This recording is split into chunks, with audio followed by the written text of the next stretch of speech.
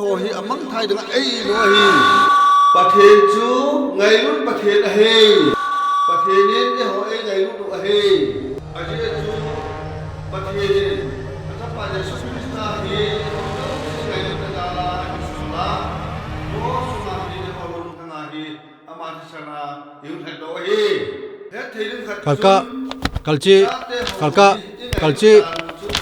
to hi ko songi thonoi ta in mi na nakimo me lo dingo mi bobel ne bel namo kho khoi lo dingo chuta la dukan ho mi thil mi ne theu namo ni lo dingo ne nawam yes sir ne nawam yes sir koi ta bong ta mo mam lordสุมาดีในฮอลล์ทั้งอาฮีอามาทิชนายุทธโดเฮChingnu Tinneivah ne ba ulhove LCP detective ungin among Thai sa anhi tayo la bhan Yesu Krista chapatan ate hojo se ngai dalil ko sai ho ke na am ke ta ni yo mi zan hiu ham mi sagi Alpha 1 Nizam awal kazai over the location Khelvo Gong Tain over dam ham chanai ham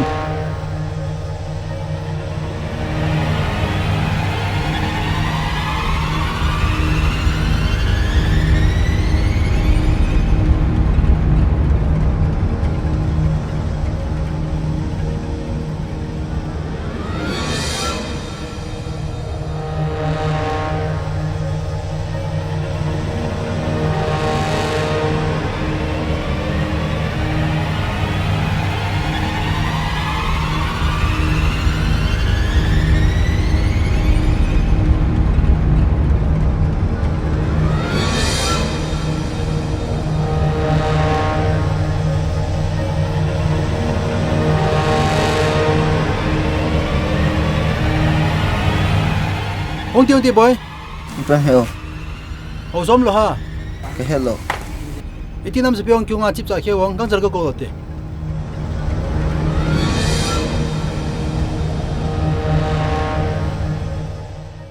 Ipita lam kai pu.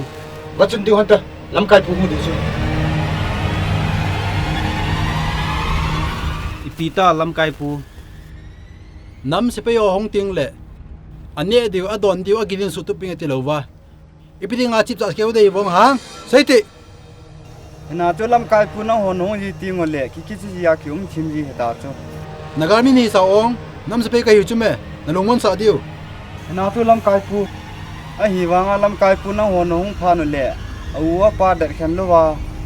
Nagarmi bola ni bol ji ti ngole. Ipi kasi. Era. hoi dau te tilom lo ba chu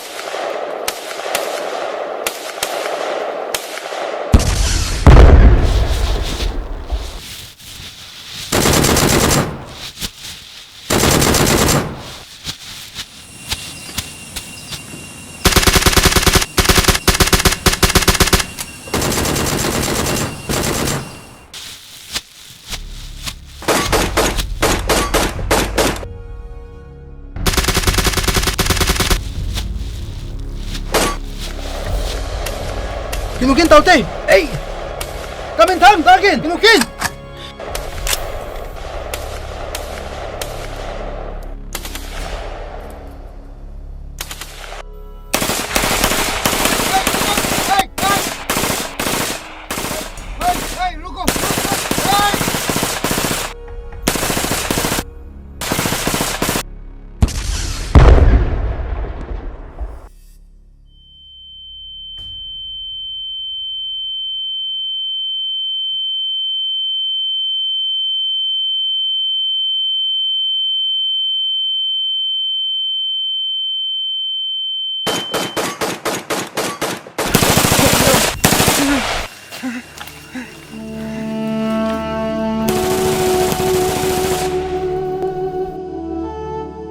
Mangkulal,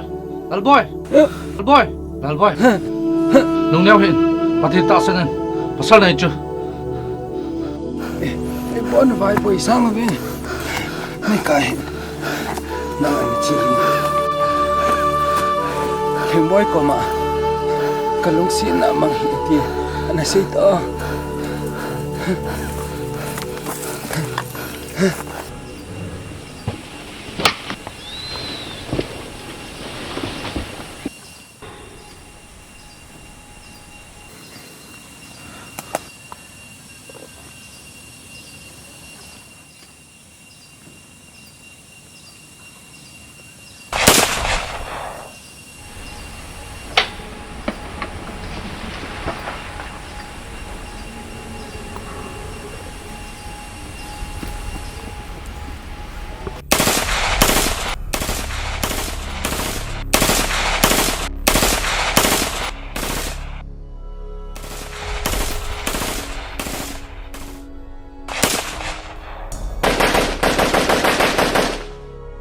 Kamintang hongin.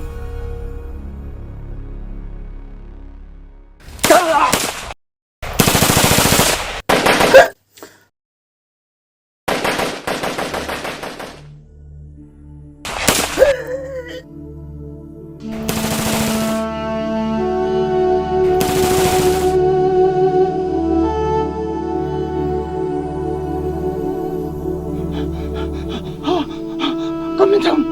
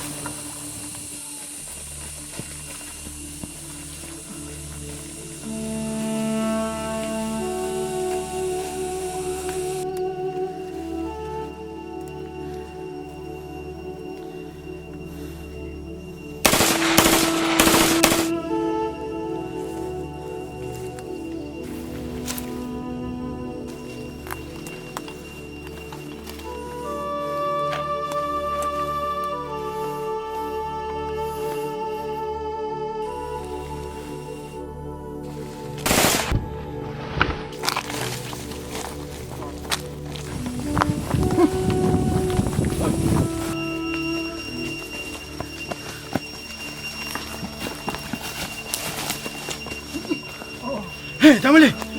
Hendam lang. Aquilo de tudo. Hei, pasal.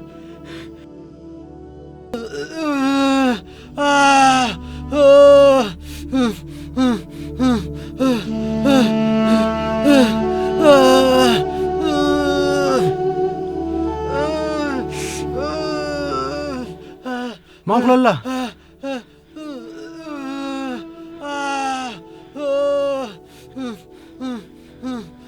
Say kung amla. Indah tahu. Kami thang la.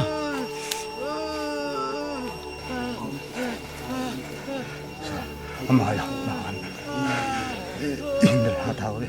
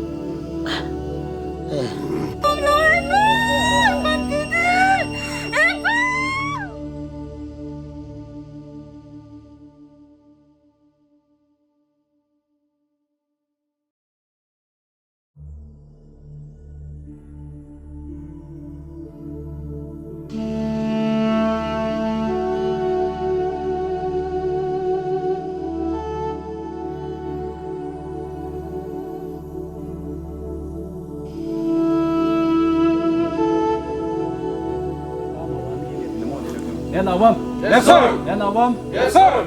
Point na dalong, ma'am.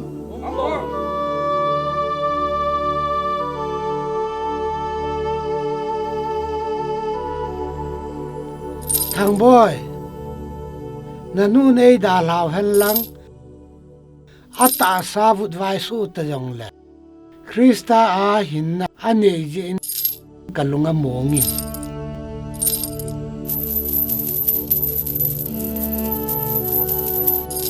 na pa ke tua kalung mon the lo nahi na kingol sa pathian he phalowa na dung chop na vai chop mi ngatang tun na naw nu to thei ki to hon lang ina ai ko ki sim tu tanga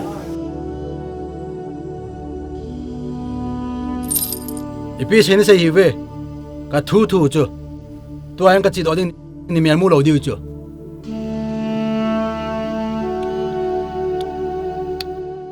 Hepa ka uta zong hi boy khunung le pathian an he the na dinga taw na ai he jing ding ai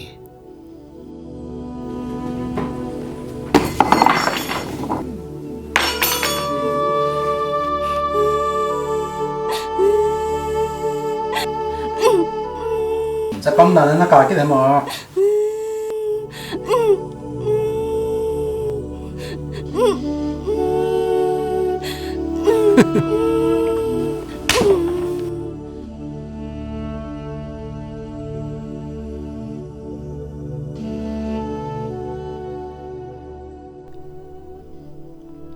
cha Thangboi cha đó nó Thangboi azo wa chu thangko khan hunga wa chan ni a chu na pa thing phu na ki skhai tiwa hospital a au min boy ke je tiu cho na chi thele chin lang somla pai long boy mai thei u me buang na kini ado hon de tam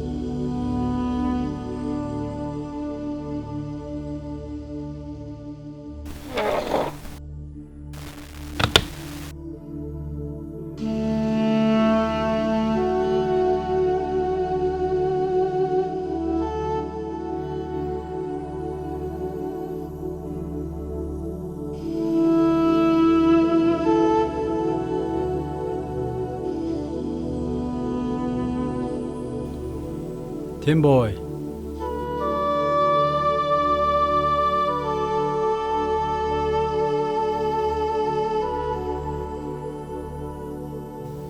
Apa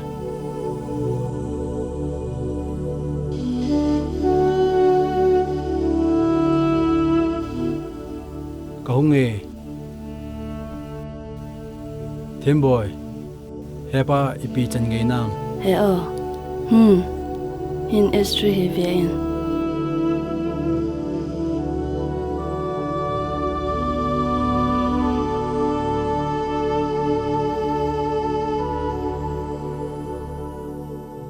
alorgo zong ake in a thazung zong achwami atiu chula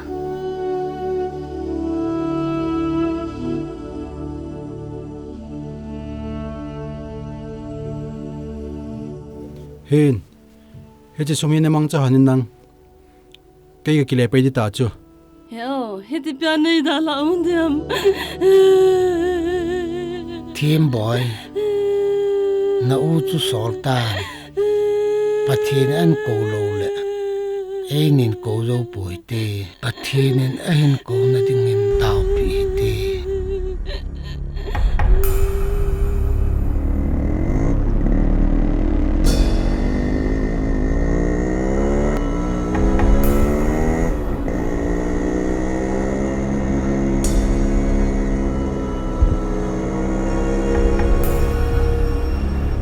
Hey, stop. Side. इधर आओ hands up spike निकालो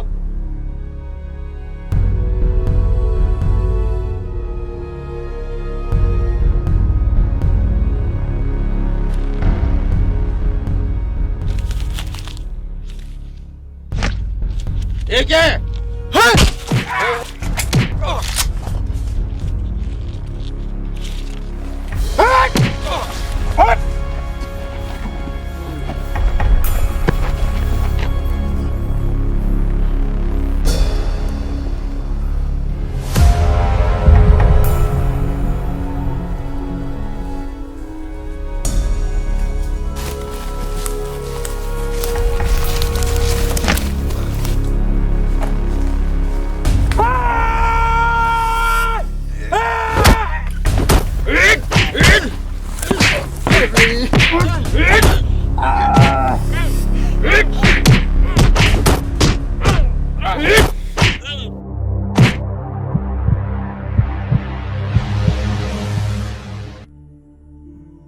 Opaka, Hepa mate. It's a Tinneivah neighborhood do. Oh, Hepa mate. Opaka. Oh, Hepa mate. It's a Tinneivah neighborhood do ale. It's a bang THOHHAHSA THOHHAHSA Thoding is only. Nana Doungel Kipgen tangi. Papate.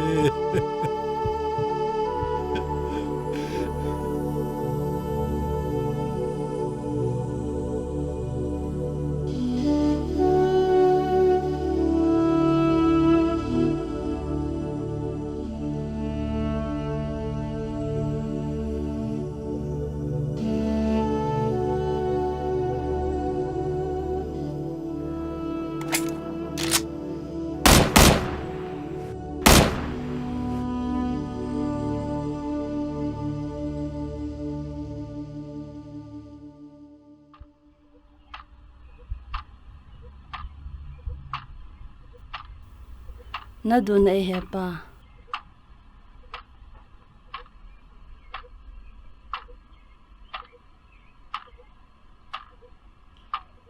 Romi te hinga mi tempolin mi hen koi macha them chang ampoi abon chai chon si so ai tawe tin anasein ahin pathin ngai lu na jara chu mi min a chon sin a dial do a chu ting le ti chon si ka hi tai ti a he do ting le alagau chu ama hin na sunga pathin lagau a chengin ama chu chon sin na ko na pathin na ngai dam ting le ama chu hu hinga a hi tai ti idan chon sin na hi mi jau si hanu mai tan nitin chon sen na na chunga kai ho dong si yong chu chon sen a hi nai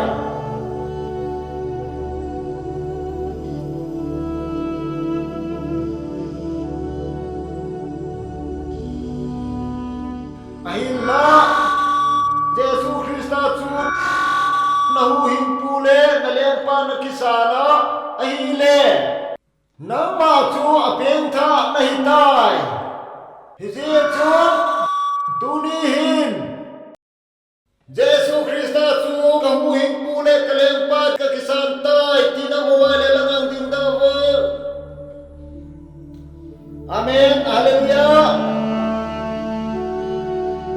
Hallelujah Amen hallelujah amen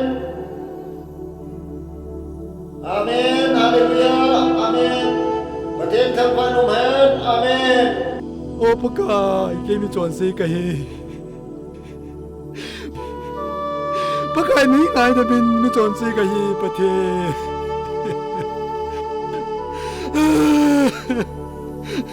nei ngai da bin paka cái mi chọn si cái ô pathe nei ngai da min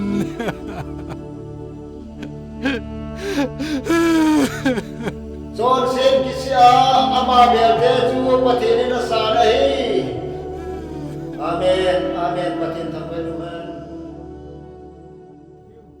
Thangboi hepu na pa chui chen gya dam mo ham ka hepo hepu ibola tu ta hai gon he nam spai dinga nam pi pon lap nu ya na ki ha sel na chu gel do en hepu a hinai in sung sim tup jong chu nam na to na khana ka gel hi Thangboi na pa dam mo na ji hilo di he aji khat de he he nge hepu Jesu Krista hinna ki mutan lagau mangding ho ko ma thoa sai chan na thoa Krista se pe panding ka ti hitai hepu na ki thum na chu na ki san pi ai tai ka ki pa e hepu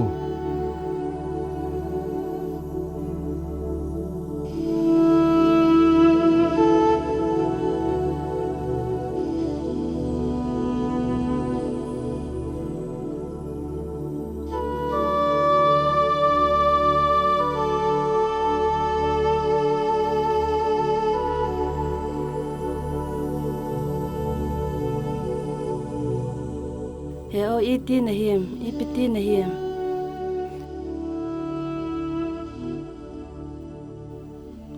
boy Thangboi tu chung MC Mall Good Friday le revival program Jesu Krista ka hu hing bule kaleng pa ding ki santai he o ka ki pa e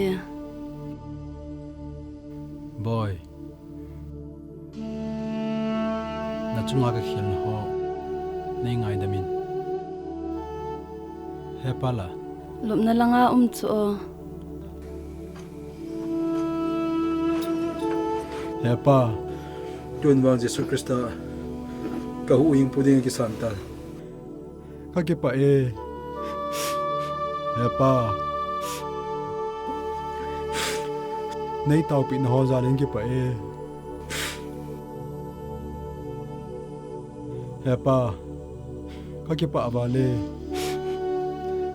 boy Thangboi pa kai kai bel na ding anei tau ki pa avale he o ke yang ko ki pa avale Thangboi pathin hen bela hu hing nanan ki mu ka ki pa wale boy le Hepa.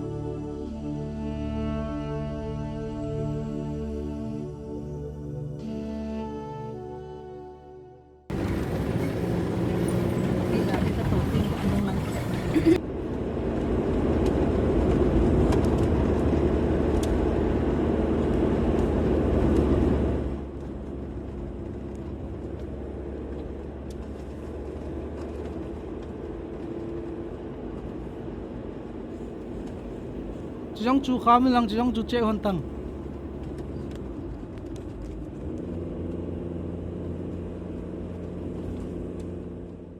Hoya nung ki patwa hoya na chigu nuha hung kumin check ka bol de he.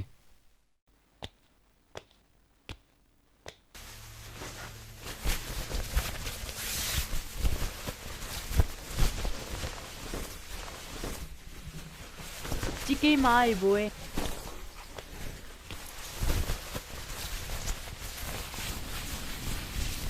Ke ho hi pathin su sia chi ke vin in lang zon di kai taw ve.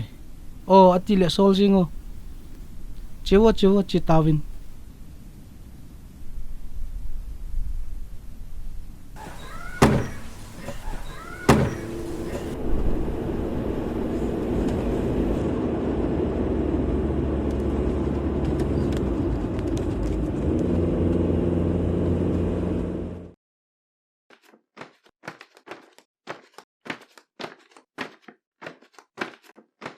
Henu! Hoi na hung tam. Henu dong loi loi Hey, oh, kati na di ban wale. sa tam na lom lom e.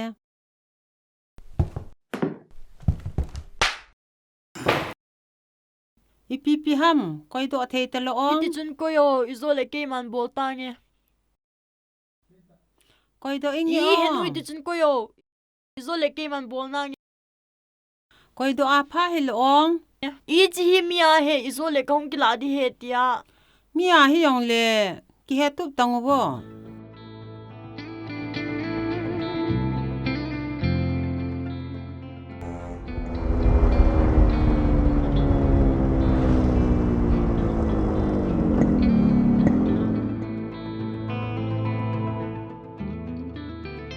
No muwa. Van la chun hung ha. Hung hung lut o. Ana umona ana to.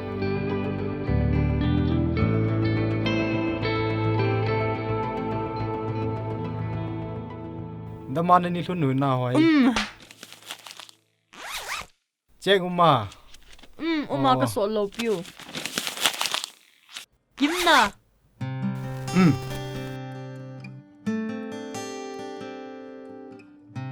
Ipidi mochi.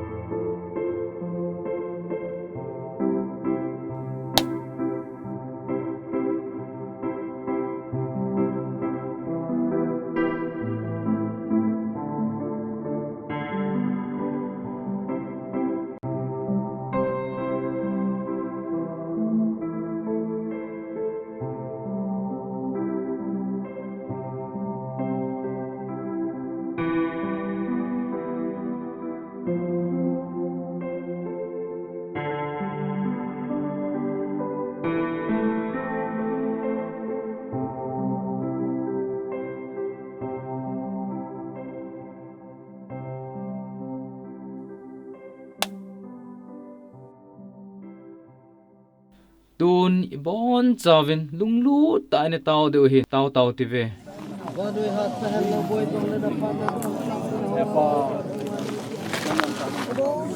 Isnang mana mo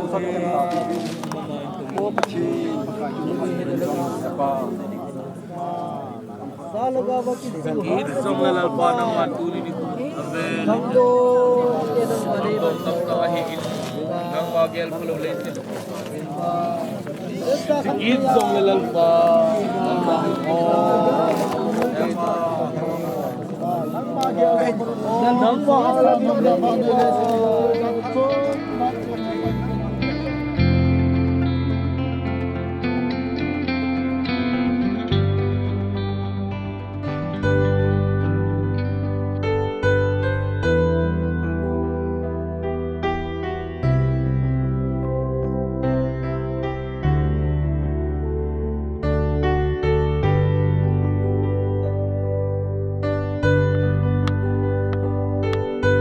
Ngồi heo Thangboi.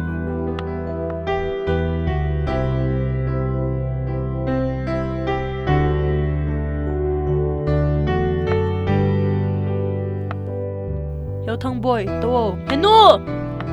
Hoy, nahung tam. Boy, ama hela. Henu ko Thangboi. Oh, Thangboi. Heno.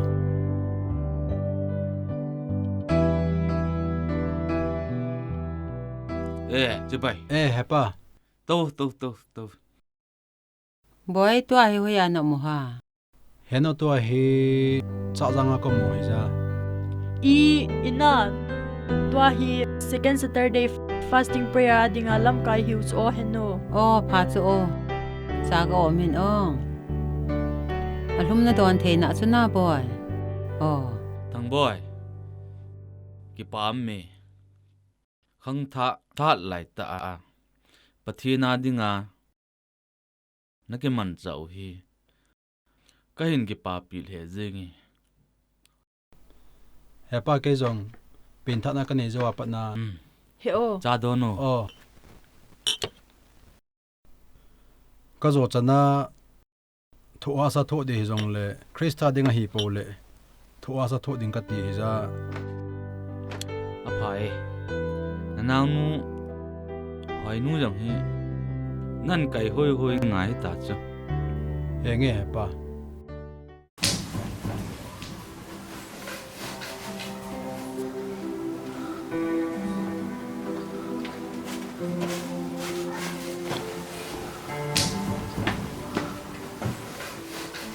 Thangboi. Hepa itina. He on nahung thon hita.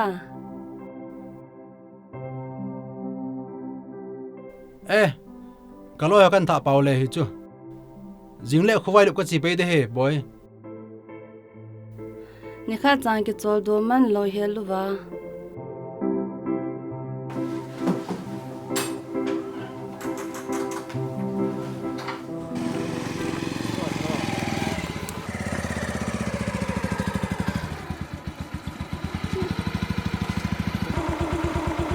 Hoi lang na chion di ong. Ki mo lang a chi han di ka ti cho. Tu ni ke son ban ki bol hin ke ge. Ni chi in le ki ta mo nei sa ti. Chu chiong na kho hi le.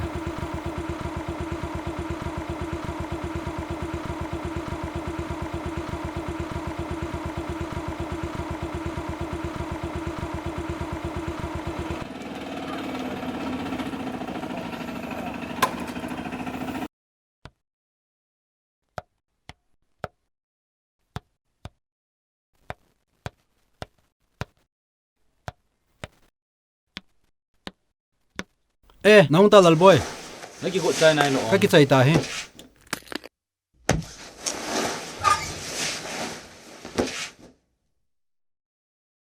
He o hoya na chi ki non di o. Khowai lu ba. Khowai lu cho hoi lang hi zo ong. So lang hi za lam gam la ta hi cho gari yong lung na biam Gari yong chi ta chu. Ke le lal boy jong ba ya ka chi hon de hi ja.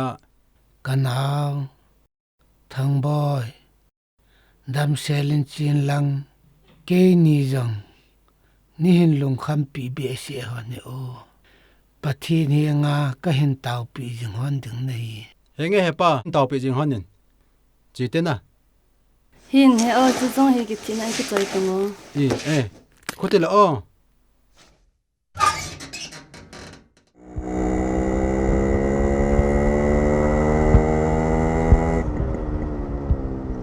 hoi lang na chion di ong không phải lúc có chỉ hơn được cho ke son bon ki bol hin hiện hon lo as khai hành lâu cho làm cái pu nu mo son hin kinung le jing hon tan koi ma ki sol lo he ai he làm cái pu cái này pathin sai đi cái hon hi za midang chuti ta jong cái này nei sol han tango kinung le jing hono kinung le jing honin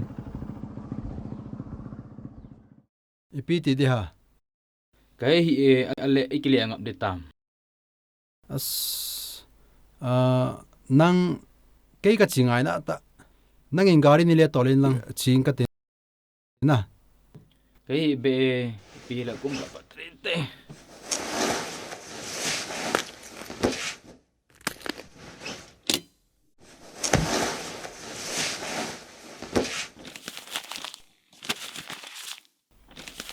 nang gari ni le tol nang cái chi pe nge na khut di tao nan cop jing na tao nan cái cọp jing te o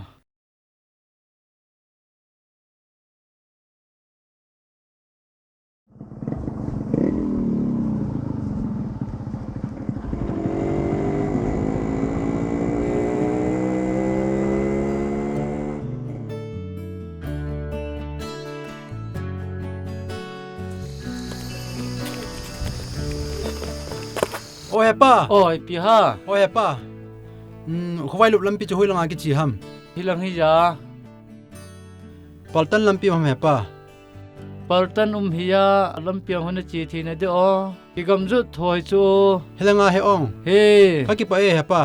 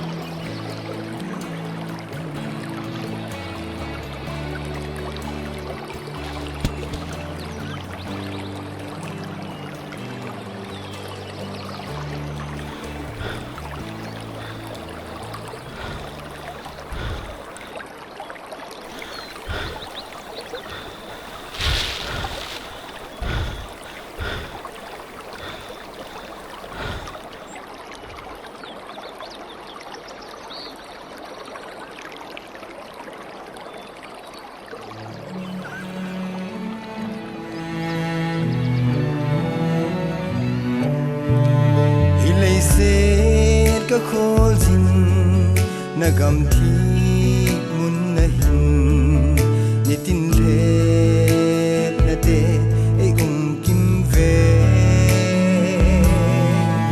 o pa kai nang ma dai lo ba chim ke ma ni tin rem na ho do zo na ngem THOHHASA to in tagaw mang thai ho pu do di kadam lai sung hin nei mang san kei se inge baka nei so na chana thaga vinay pusin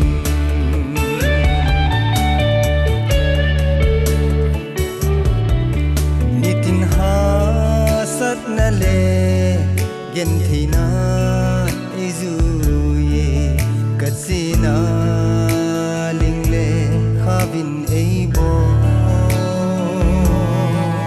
leinop sa na i za dhung dhung zong le mona ding dang lo le se na thohhasa tho in thaga mong thai ho pu do di kadam lai sung hin nei mang san kei se inge baka Niso na sana thaga vinay pusin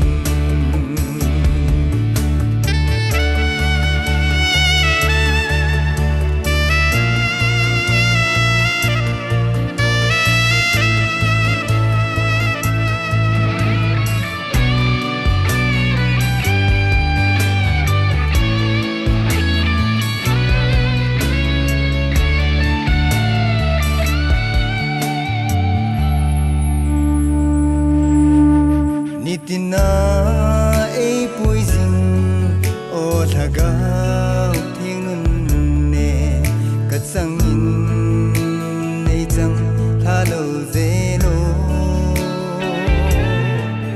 ta sale thaga va ban pi nga ya ka hi nei lon pin ka kho jin ka chai ma thohhasa tho in thaga mong thai ho pu do di kadam lai sung hin nei mang zan kei che inge baka Niso na sana thaga vinay pusin nei mang san kei che inge baka Niso na sana thaga vinay pusin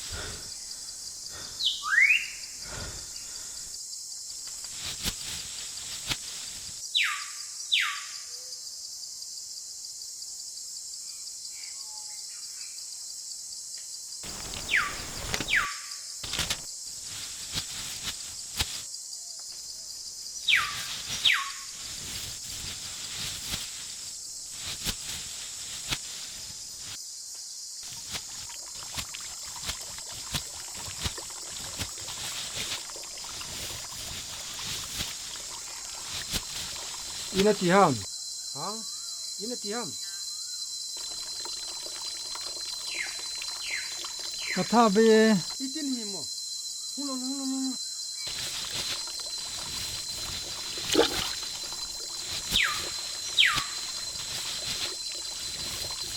ดำลูกต่อบอหมออส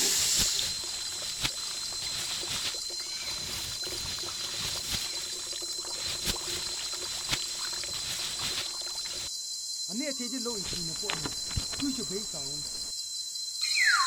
นี่สโลเฮส้มผักกิจงเนี่ยอันนี้ที่จะลูกอีกทีนะพวกมึงดูจะไปต่อมุนแรงrồi sân nấu thì tê chế đi cho hà nè hun hình lắm sao rồi đi gì vậy ít chi nó đi sạn rồi ít din muốn nấu hello bên chỉ nên hôm dân chỉ nên tên cái đây càng nó chỉ thế đêm nó coi nó hiểu không xí tiếp theo chú nó một leng hồi lại không bây giờ chỉ định nó hiểu không ai có vài lúc dù nào chỉ hiểu chú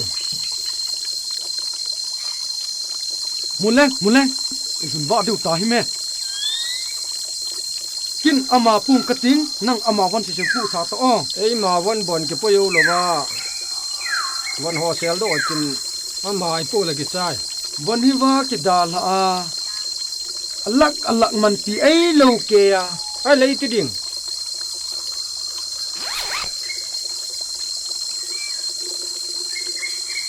เฮ้ยนั่งปอนังสินทานลังที่จะยองฮี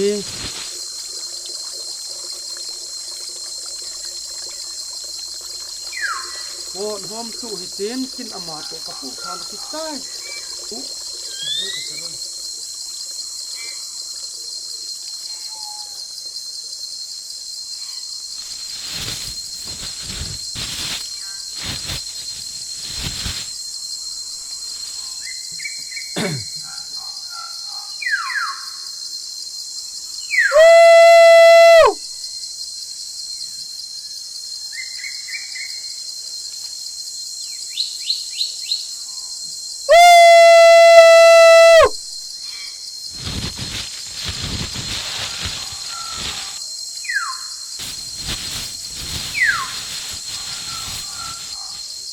cái hiệp bơi số pite ho cái hiệp bơi evangelist Thangboi cái hiệp bơi hồi lần chỉ đến nhiều ham hẹp pa golden cái hiệp cái suka nhiều ham hẹp pa hello pi cái chỉ lâu hi cầm mỏ này nghe tao nó phát này pi nghe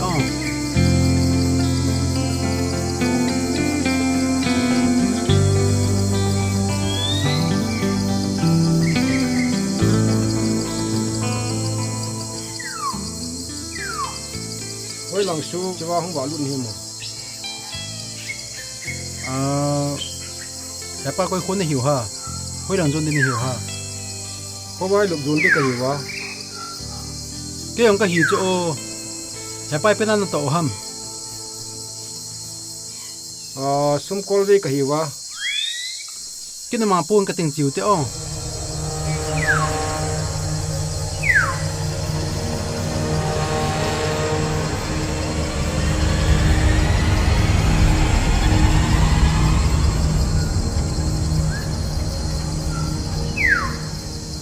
evangelist bu nang anama satan ke ho kahi dan in taw nge ki sonal ngai lo nang ni to ki ron ninga pathirin so cho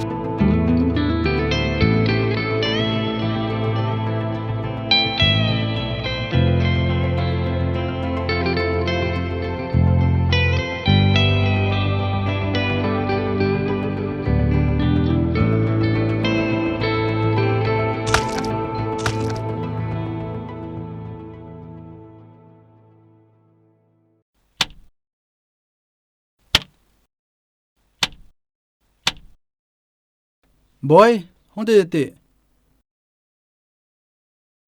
na khowa hadikan te no lai hai Kapa hizo. na pa ai le nang ho in ho lai ong lang kho na nai ni wa ni pu ran tang ona Hunta chi ke hoi ni cho. Bao. Mi hung ai.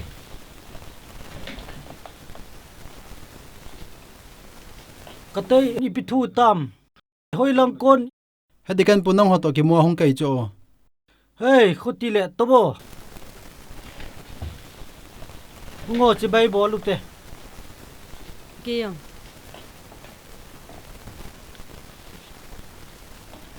Pi ti tele na ti tai mo.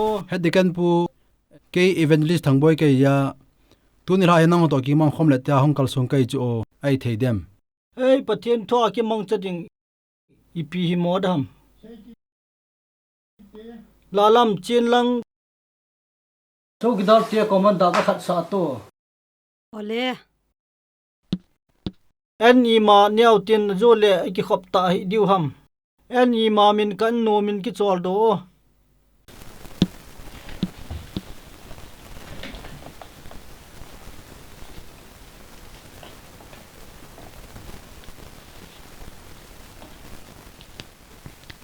Inzo hung pa chna he pa. Lo po chu. Lo po tong klon.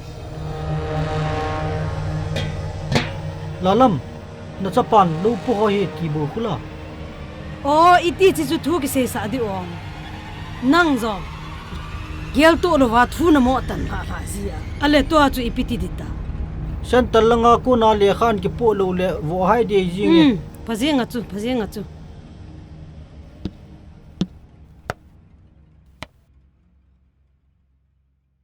Evangelist pu hitabang san talanga ko na phalna le kha hi nan ki pu hinai mo.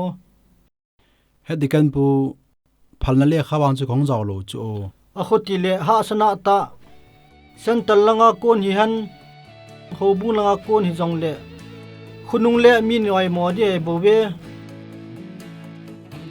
ke ta lo hi dan le mol jong hi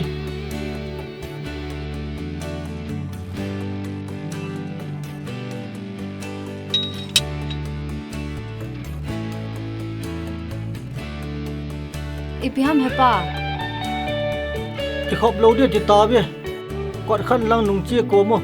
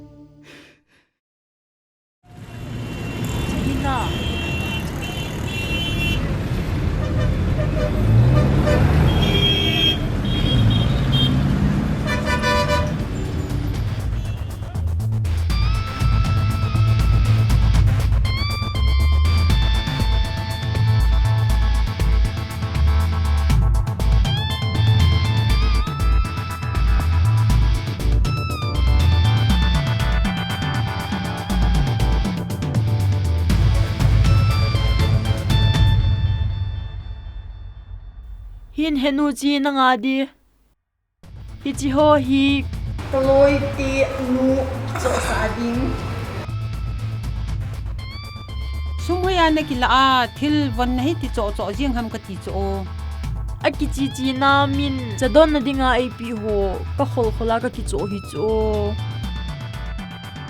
hi cho hin ki sabui hi in azu khat le suma hunglung lu le chun phalo di chume chi ho bi asum them khat aki mula pha chula ken ka pi ho jong ma za khop sen hi chula na pan jong na pi ji na la ya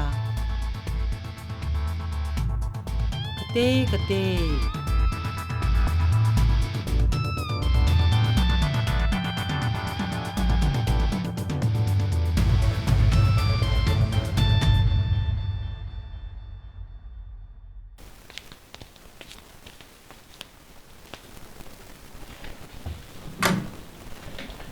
henu hepa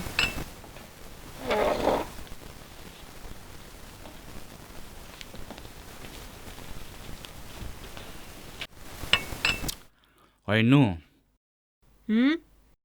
ikalson na hi eima gel ha ichi na ding kin bo wa hi lunglut ta chi di chu zil le vei vet le loading ichut na ding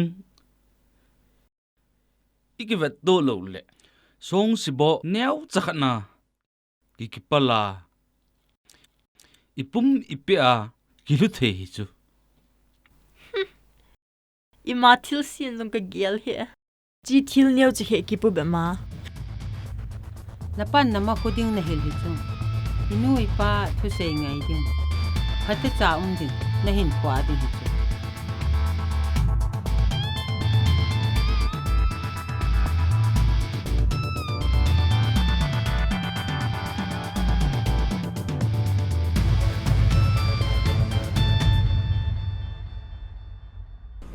pi ham koi do the ta lo ong kate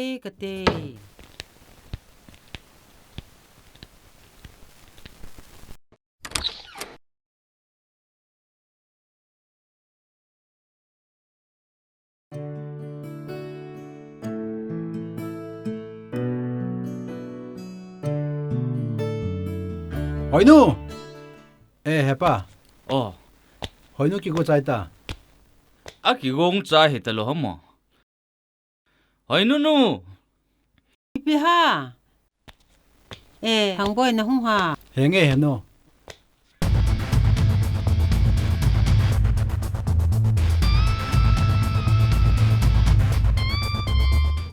Hainu ki se chai nai lo ong min aloin nga ka hel lo chu o nang ga vetango na henge heno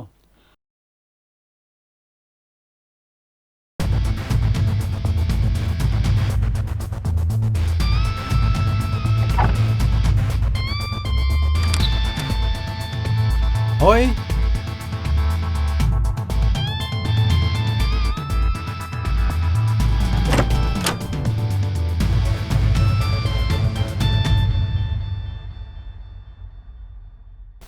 heno he ka chi tang e chu o ana tau te ken ga vengi o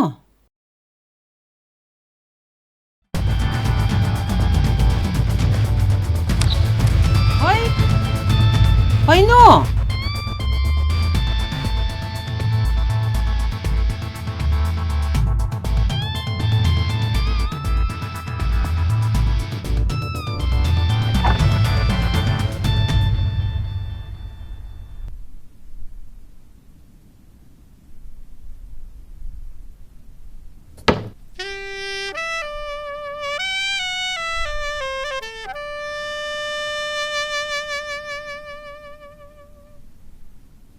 ale ta form fill up bol hi ko na pu di tao zinga founder pa hon apo diu ta cho center langa o chi nai lo na chi nai lo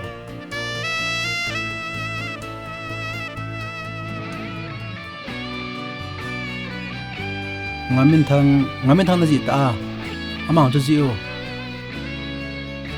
mai thei workshop pa cho mang cho ama ang chu tau na ha di chu GBO ngamin thong chu ong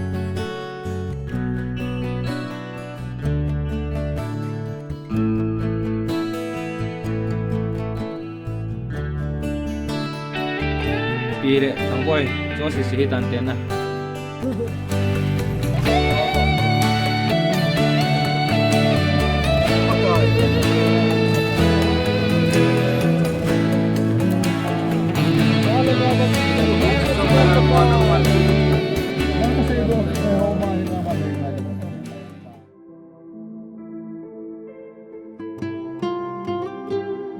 Inui pa thu sei ngai phat cha na hin khwa di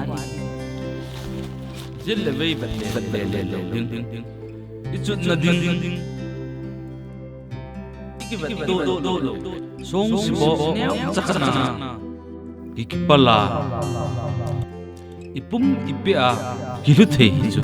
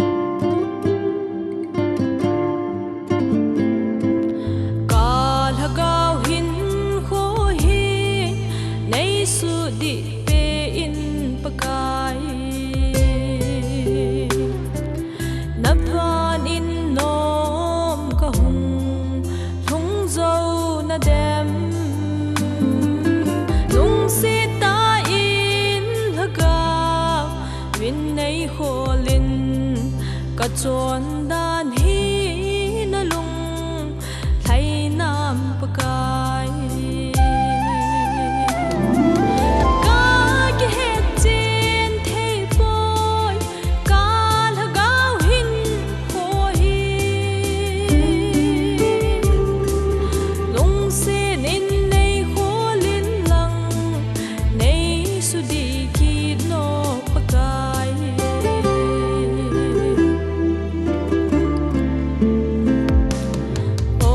pakai tu nin na ang sung zo nin ka hung nge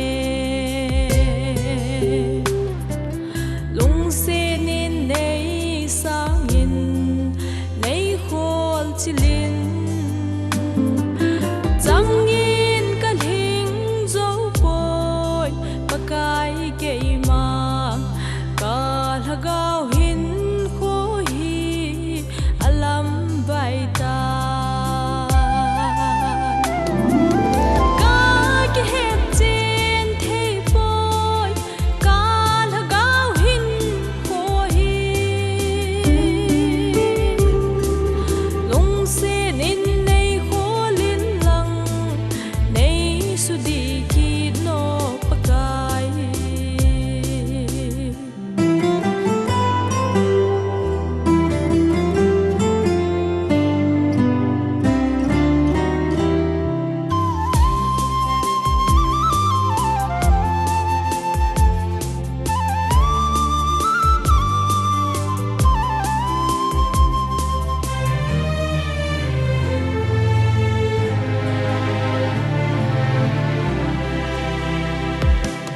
lấy se thu ka gel te kal ha gao hin kho aka I ka lo ding hitam ka he them poi ka hin kho dam lai ni pha chom cha hi nei mang chan ha lo ka khang hoi lai ka ki het chin thei boy ka la gao hin kho hi lung se nin nei kho lin lang nei su di ki o pakai lung se nin nei kho lin lang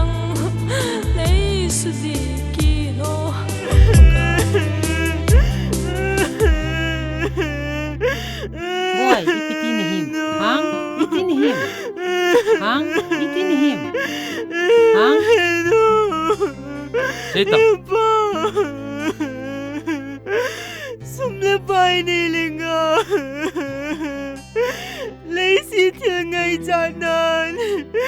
Kanung thiêm. Anh luôn hết đàn hề nô hề ba. Bất thi lên năng ni ang sunga. Cái nó cho hiểu ta hề nô ni ngay đâu mà. Hề ba ni ngay đâu mà. Patinin kisia ama berde chu ngai lun patinin nangai da man tai ei kahin nanwa hin nangai dam hun tai boy o pakai ne ngai lun nau di ta chu tu ni hin kan sunga aum tai ti kam chi tai Ahi.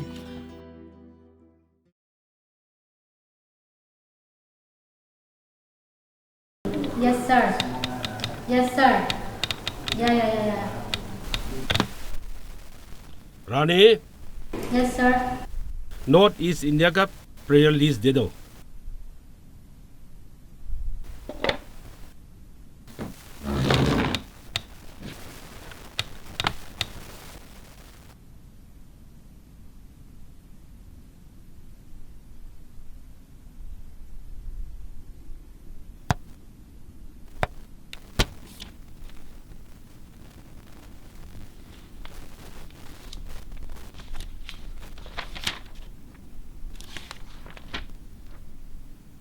Thangboi.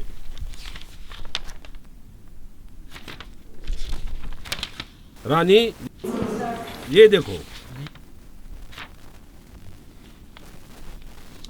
थंगबॉय को north east India के लिए इसी ऑफिस पे इंटरव्यू के बुलाओ.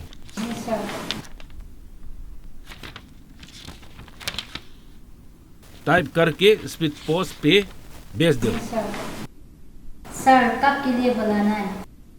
अगला महीने सेकंड सैटरडे के लिए बुलाओ.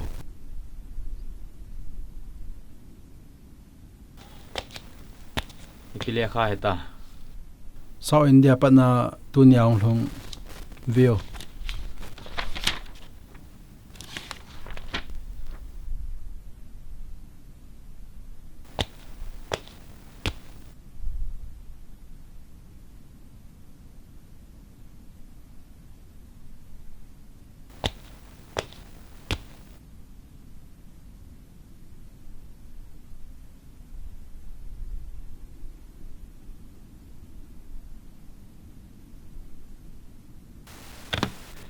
Chi khat veya tauna form mi Filipino chu hitili sa ko na chu ne hen kauda na wa he Holai mo na ong. South India langa As ai lo di ke ya le khala ke hello ba paula ke hello ba thei po ta. chi thelo di ne ti jong le phone na bol ngai chila Chi chu hi le pi siwa chi hitin phone ga ball hite. Nu si na ga ball hite. Na.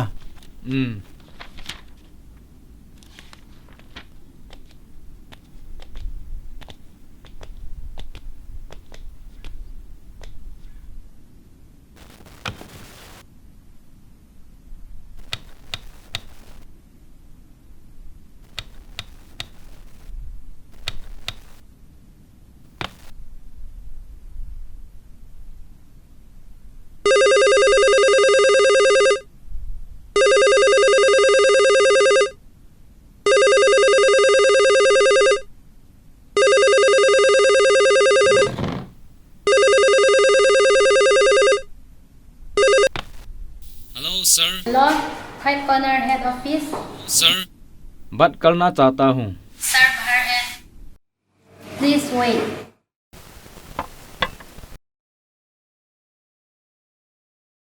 Apa do ya ti? Some cut in Adita.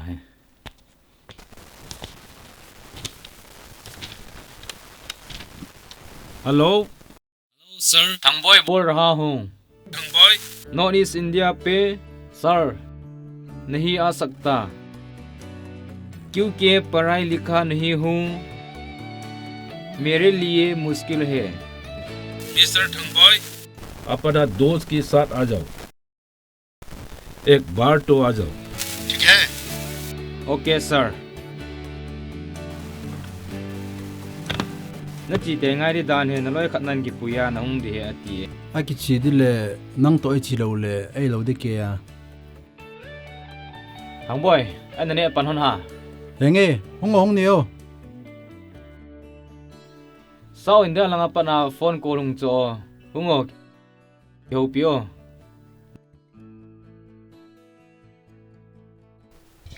nào cái chi vang nghe chi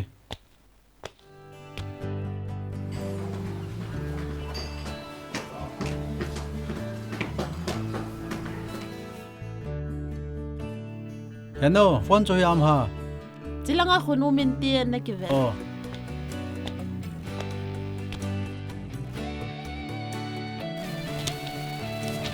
Hello. Hello. अच्छी होपी. Mr. Thangboi. Hello. Yes sir. आने के लिए बोला था क्यों नहीं आया hung kati bola na hung lamati pi ka sai dita ha asa chu sumang ke nei lawa hung luwai thilam te tangu मेरे लिए मुश्किल है पैसा भी दिक्कत चल रहा है आना जरूरी है क्या थंगबॉय इस बार को प्रोफेसर ने बुलाया है कमिंग सेकंड सैटरडे पे मेरा ऑफिस पे बात करना चाहता हूँ समझ गया तू chung he kin ga kawin gyal hi pathin in na kaw hi thakit sakan satal dai le nahung ding coffee sai ki holim ding a hi ati e as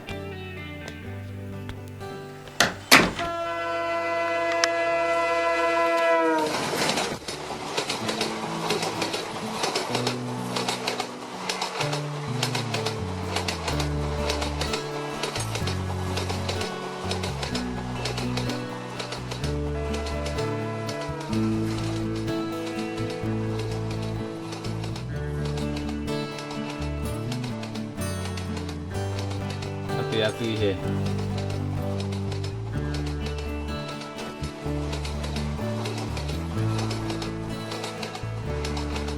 Thangboi hả train rằng tàu khó lối bầu về tàu kha này ta cho tàu kha về thì founder pa to kiểu tin đến na nang kam ki jang te ta ra ipi se ham phan te tin adon bu din nang khuna ki ngam he oh igia kom ni chila ipi se di uzong ke ma sanai lawa he na chu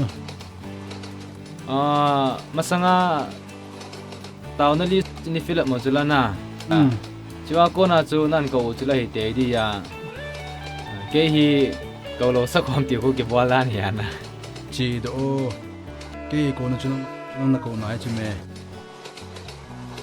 nó nói có tụi nó kêu để chú nét lộ đâu nào chứ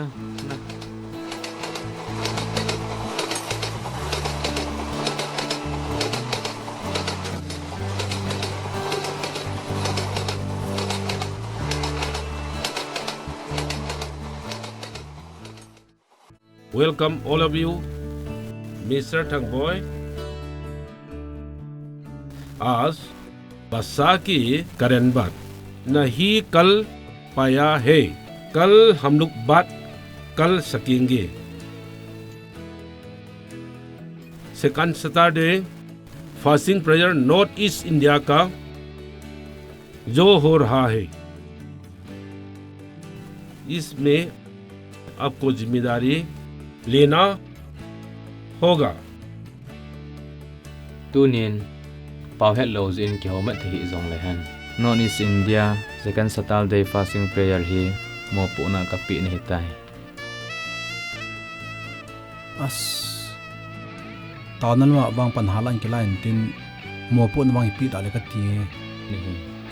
sir परमेश्वर का सेवा करना चाहता हूँ, प्रार्थना में भी जे जान लगा दूंगा।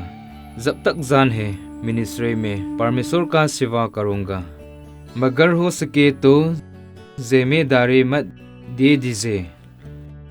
नहीं, ऐसा मत कहो। आपको नॉर्थ ईस्ट इंडिया का कोऑर्डिनेटर के लिए परमेश्वर ने चुना है, इसलिए मैंने आपको नॉर्थ ईस्ट इंडिया कोऑर्डिनेटर के लिए घोषित करता हूँ। मिस्टर अजय, जी सर। बाइबल का कार्टून बॉक्स उठा लो। कितना box sir? 2 they.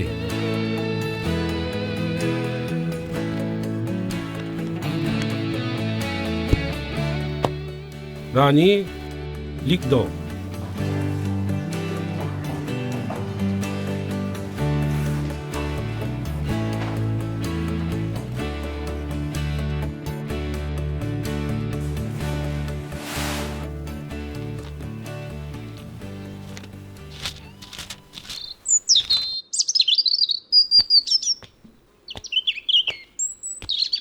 Thangboi. Ôi, nó không ta hiểu.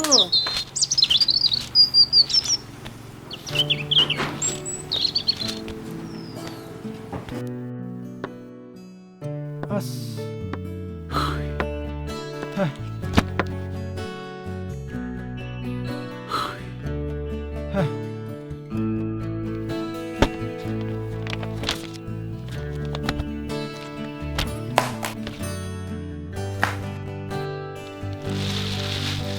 Heo cho hi pi zo. Head office lang apat na Bible Vision na dinga NPO he. Bible Vision chu ipi ti na o. Non Christian hola ta sandang hola hop dinga NPO he.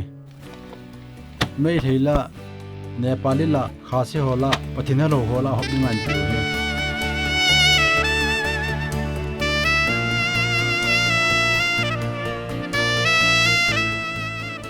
Echi Bible ni sim dio.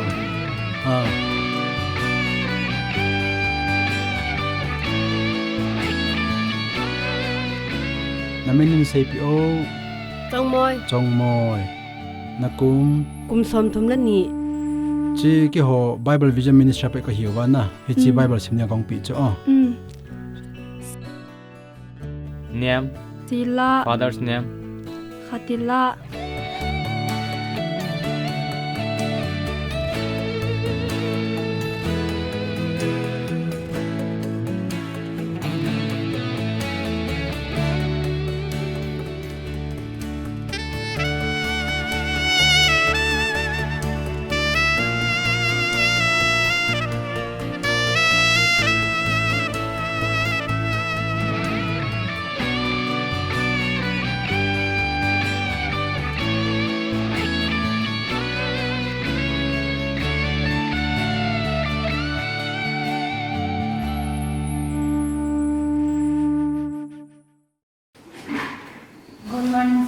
Good morning.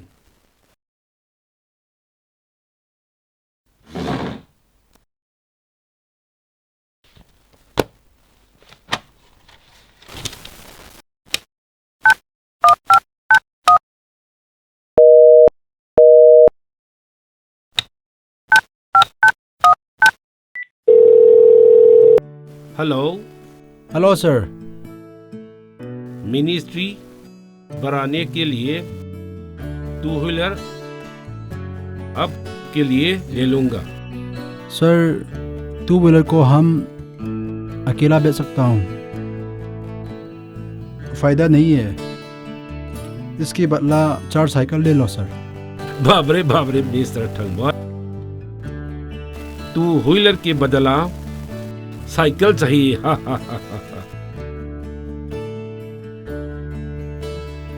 इस पे हम मेरा दोस्त के साथ मिनिस्ट्री बढ़ा दूंगा sir. Okay okay कोई बात नहीं, ले लूंगा। बहुत बहुत धन्यवाद sir. Bye sir. Thank you.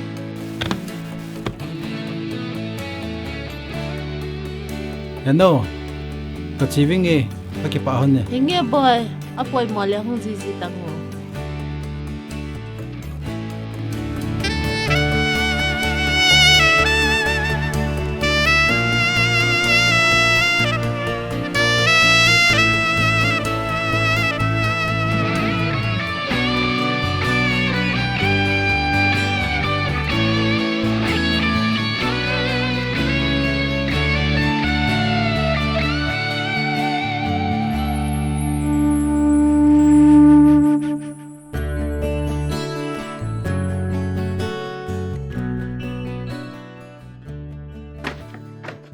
Oh, milay bro.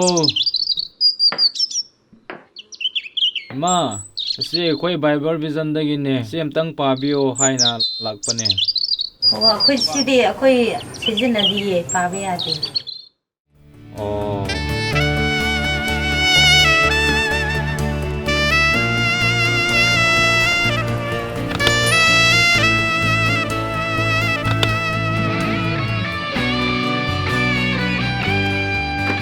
Pabong, si Bible pabiyo ko.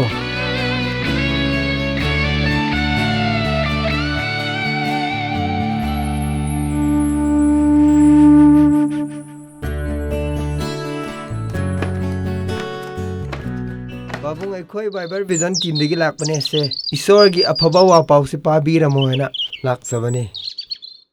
अखोई सिददी हिस्टेन की वारी से अखोई सिदा यादबा यादे अखोई लेकाई सिदा अदुना अखोई हुरेन अखोई की लेकाई की नहारोन सिंगना खंगबा लेरगदी करिगुम्बा सावरगदी हुरेन बेरा कागनी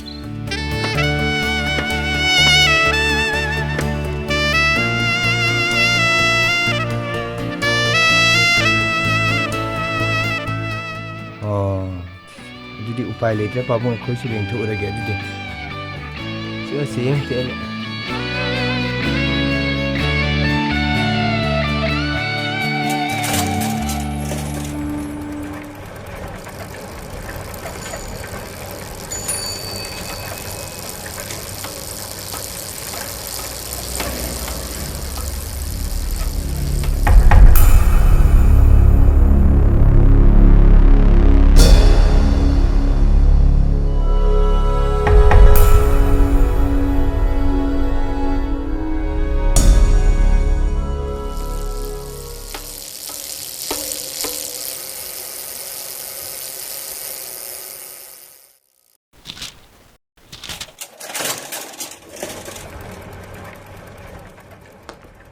Kari lagi nausa.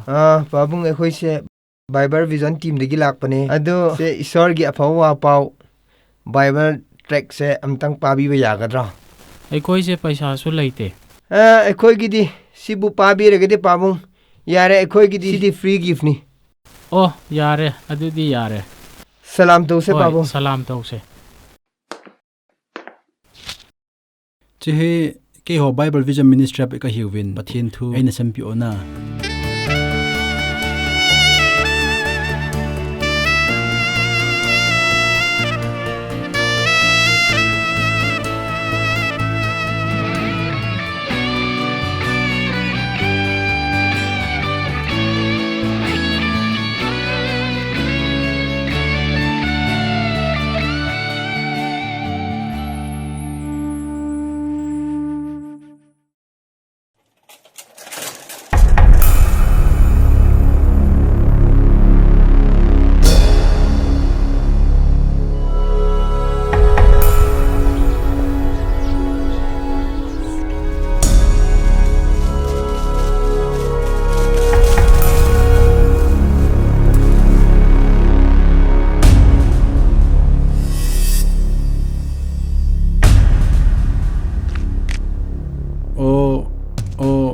Oza kare lege. Adu nang na puputo kayo no?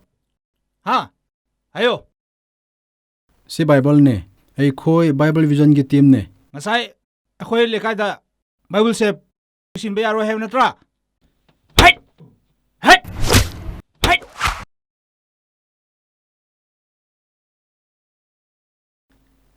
oza ai kari asoi ba lege hai tum leo hai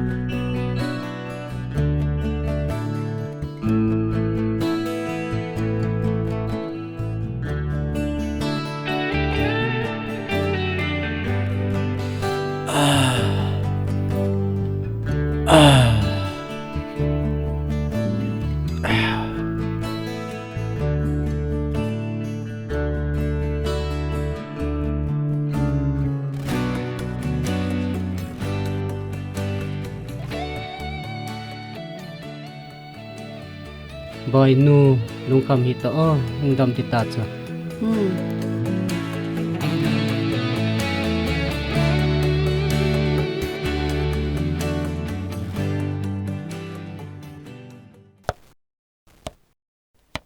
sister Thangboi bed number 3 zat ha special what ka ki pa e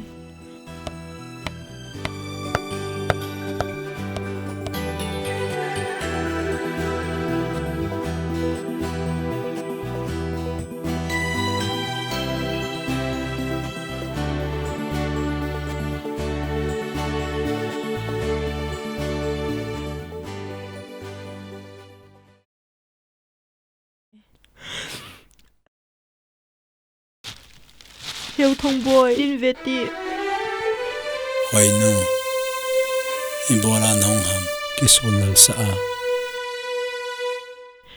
Hiếu lung niêu hin lung mungin pathinin nom pizinge Hoy no Hong kisulong gimain Hoy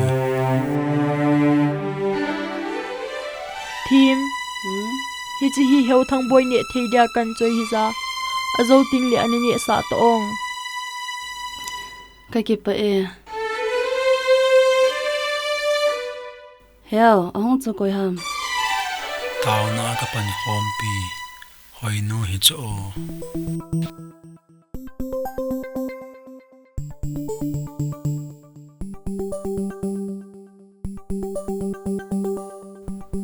Dekha to khana zave heo henu sumjong azave heo he chen nang in zo le ki sim zingo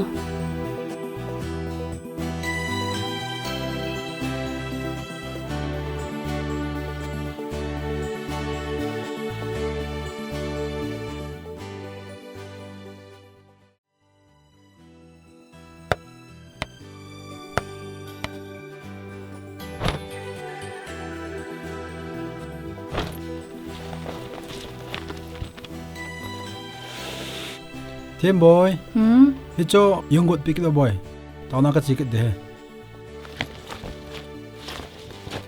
as te adam to pam pana to jong pe chi da la chang ka ti sa me oh ki vai kon le ki dam pe ki ta ta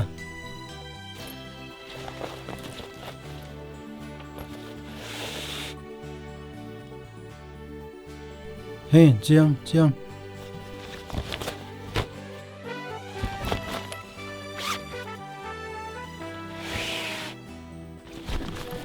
boy nangin tao na Khaiminlun pi ta na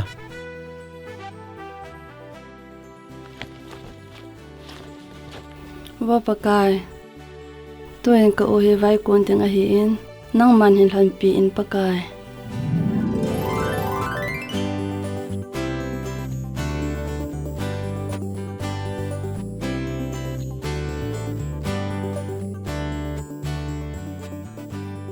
hoi hả nó cho la hả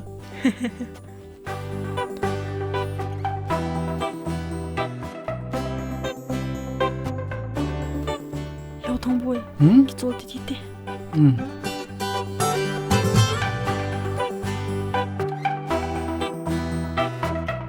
cái chỗ đi đi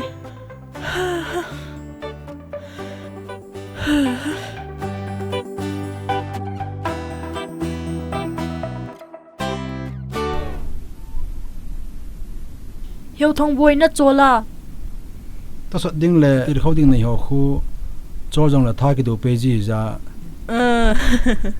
hoi no ven pasalin kho hi achang se a kho sa thei lo hả nên nào giống mà in sung mi khozat va iti cái chang se in cái khosai nè ti hả na het lo nang jong na chang se nei chu me iti cái chang se nang to yum hila cái in sung mi tia to cái dim se ove pathen to pi he mi min kho he chu chi na ti le nu mai hin hu zong achang si a kho sa thailo di ti na chula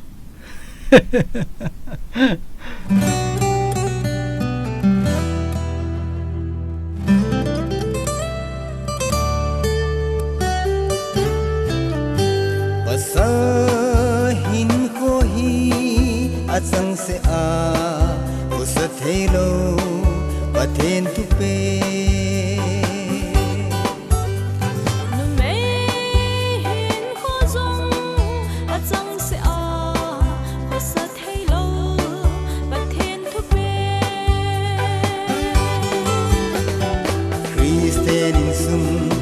Sim pidia kade hen penahi Christian in sum khasim pidia kade hen penahi Nihem hin khohi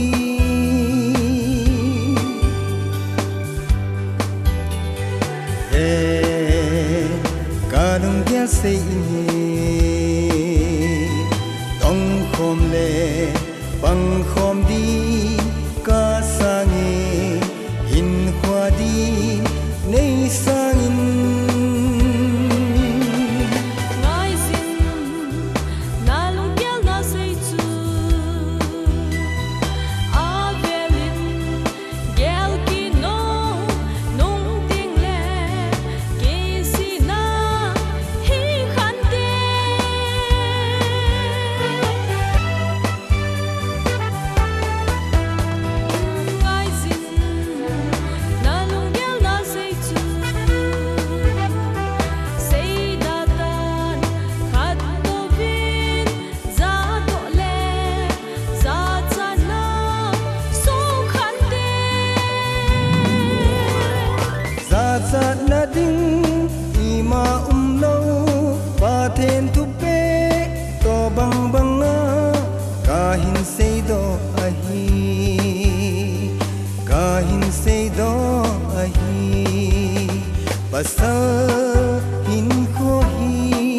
atsang se a ko sa thelo pathen tu pe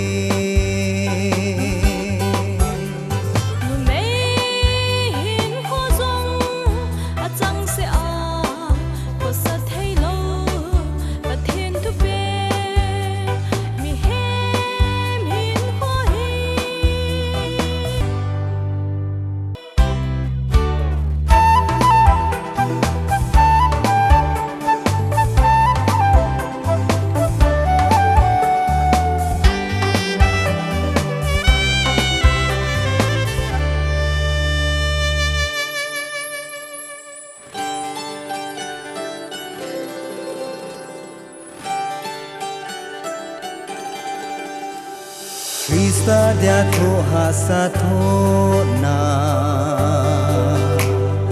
ei to so ding le til kho ding ki tho pi dia nang ka dei hen nei san pe in lung se in nei pom pe o lung se nin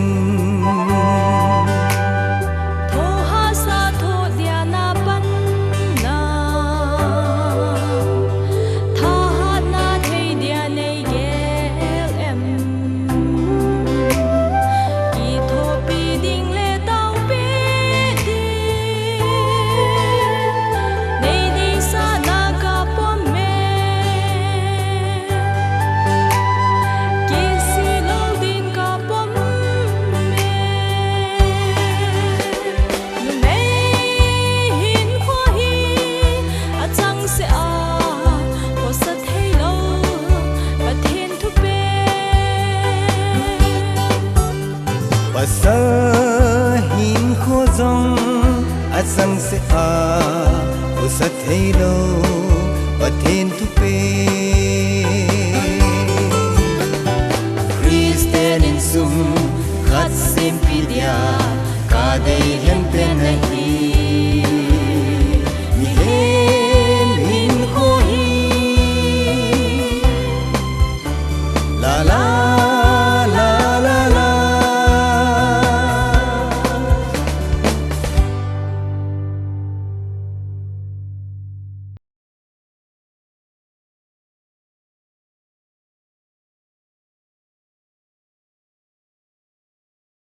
Bible Vision Ministry adinga hi loile paite to pathina to amachalna theidinga hi kengli gari ha ngaya ngai cha hi sin pathin hinga taujing hitin center langa hojang ki hopi jinga hi in ama honjong agial jing lai o hi in hiji chun ingai chat o thil khat chu pathin hinga avelin ana taute ti chu kan sei do hintin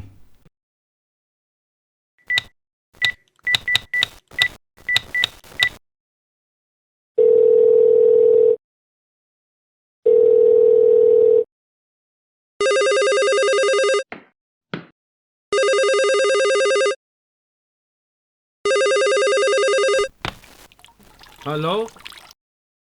Thangboi, North India से हूँ सर. अच्छा, क्या है Thangboi? Sir, Bible vision ministry के लिए 4-व्हीलर जरूरी है. मदद चाहिए सर. जो बताने वाला था वो तो प्रोविजन पे था. आके ले लो. ठीक है? ठीक है सर. ठीक है सर. बहुत बहुत धन्यवाद sir. Thank you sir. Thank you.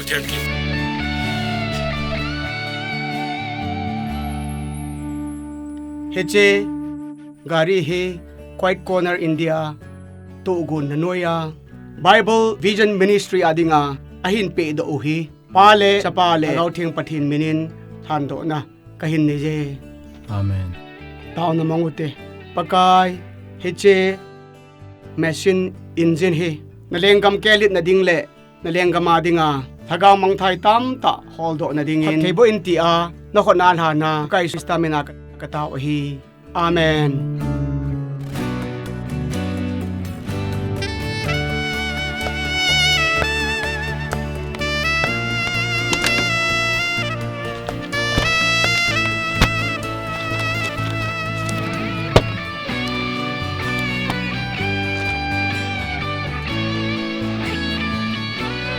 ก็เจ๊บอยเลยข้าสินต้องโยทงบอยโยน่ะจะโดนนะอยู่เฮ้ยเจ๊ตั้มว่าเจ๊กินนะเบ็ด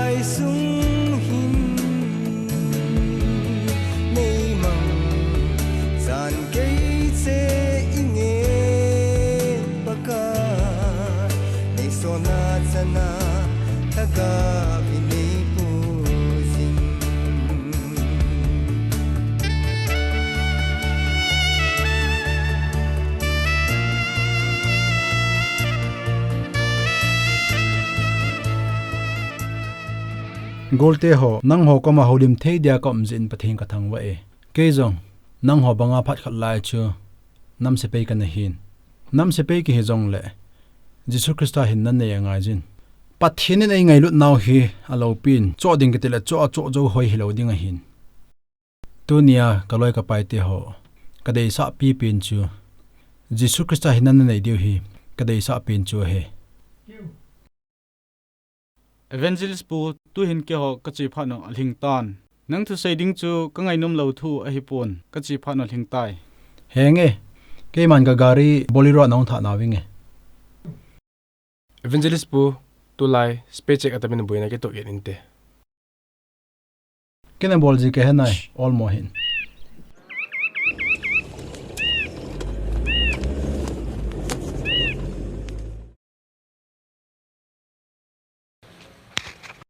कहाँ से आया है? स्कूल से आया है sir.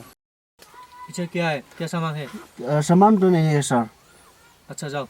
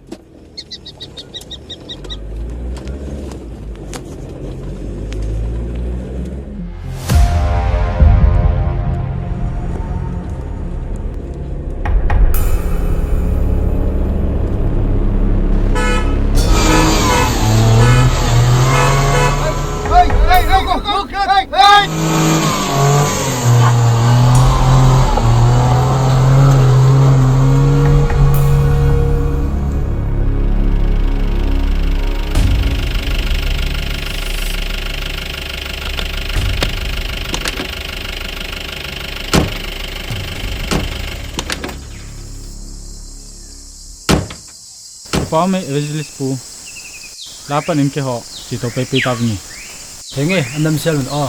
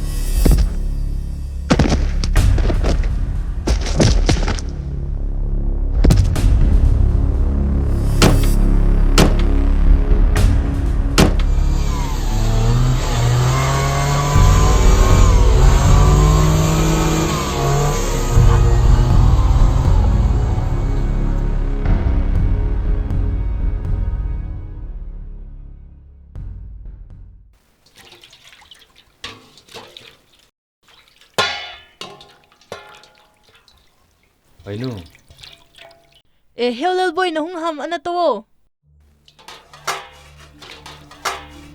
Khaiminlun ha nau Thangboi chu army on amat nova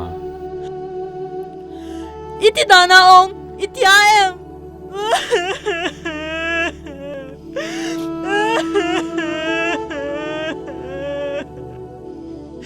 helal boy to asu iti ni tao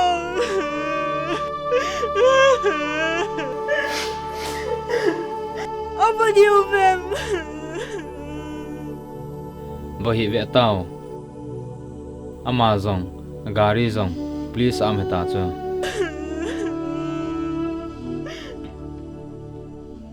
helal boy kecil lang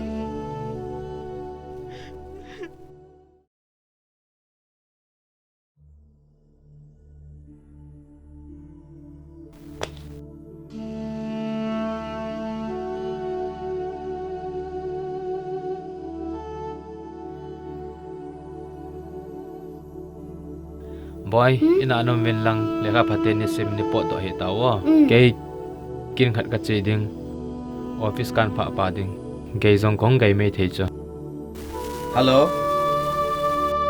ole enge ole ole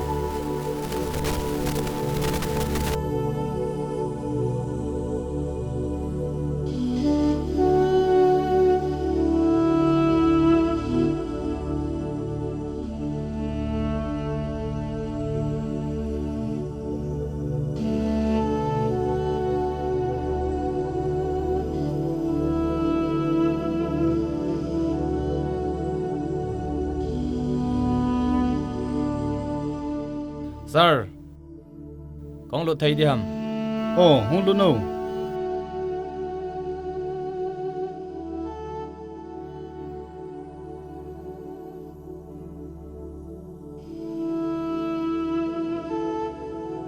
ipi tam sir Thangboi chu bel na ding ai na pan pina ka ngai chai chi chu hi le sum tham khat nan ngai tu ngai te Thangboi chu akin theilam pe na bel do ding a he enge hi zong le ke pa me sir lungkham hi tang kapan pi di nei chu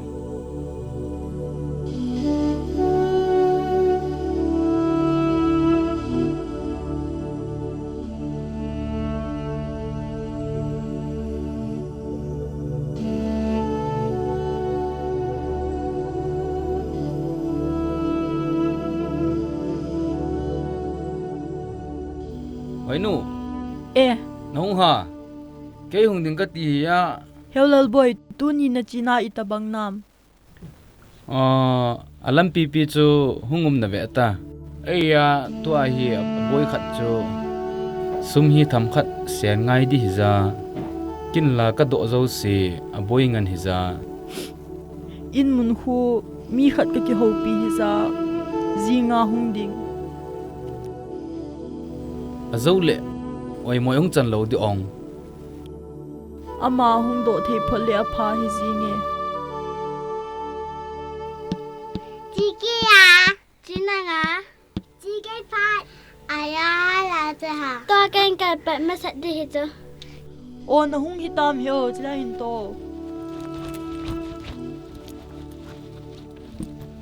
Hen mon man chu na khe the lo de ham lungdon pe ta hi ji a hi zat bol chu kisa hiya kim ding wang chu ha san te heu a ko ti le a hling chun dang ki pin tin tu hap ta sung wang chu nan ki chon do diu ve ta a chu ti di hi ta chu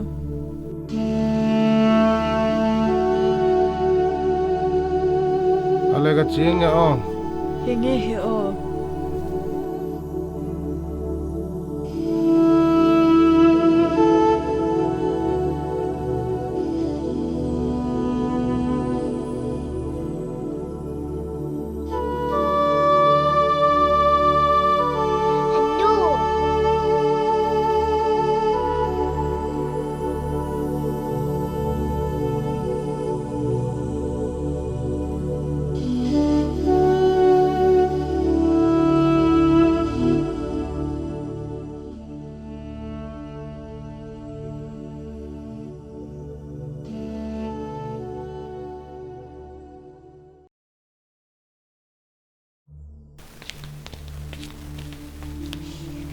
Hello boy in mun chu la khale kya ka mo ho si ngei te nangin aphat phat na ding hin ngei tu mein